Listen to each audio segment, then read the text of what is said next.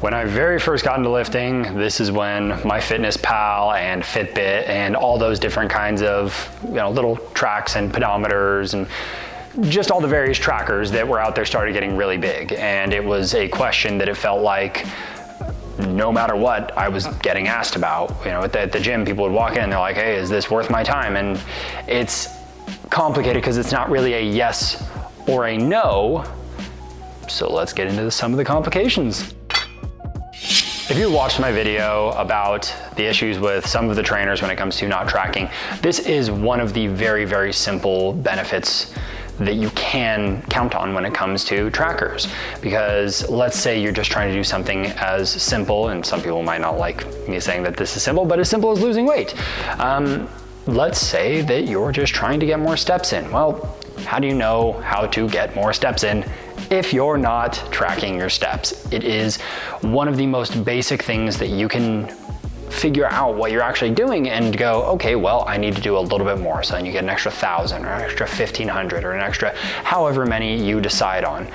It's something that allows you to make very small changes that compound significantly. And you might be thinking, wow, that doesn't sound like that much, but I would invite you to go walk for a mile and see how many steps that is and tell me it's not going to make a significant change. Pedometers and other trackers like that are useful because it allows the average person to take a clear, calculated look at where they are and allow them to make some of the more obvious changes, I suppose.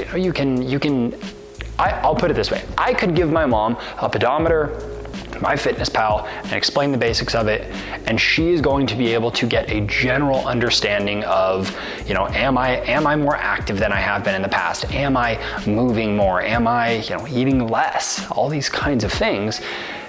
It doesn't take that much know-how. That is one of the very nice things about it.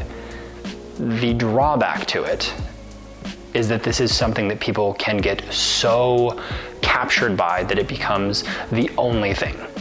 If you are going to bed, checking a pedometer and going, oh shit, I did not get all my steps in, and you get out of bed, that is not a health product anymore, that is a disorder.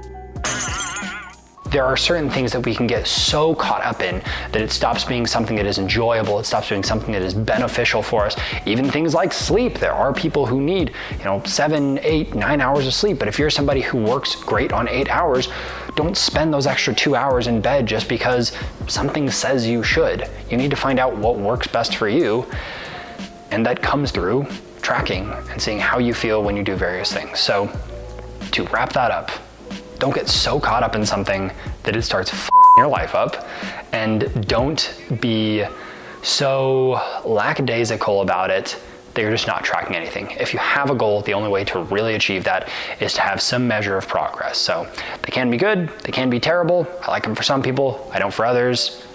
Track what matters to you and make sure you get better. So until next time, guys, my name's Andrew with Pride Movement Fitness. See y'all later.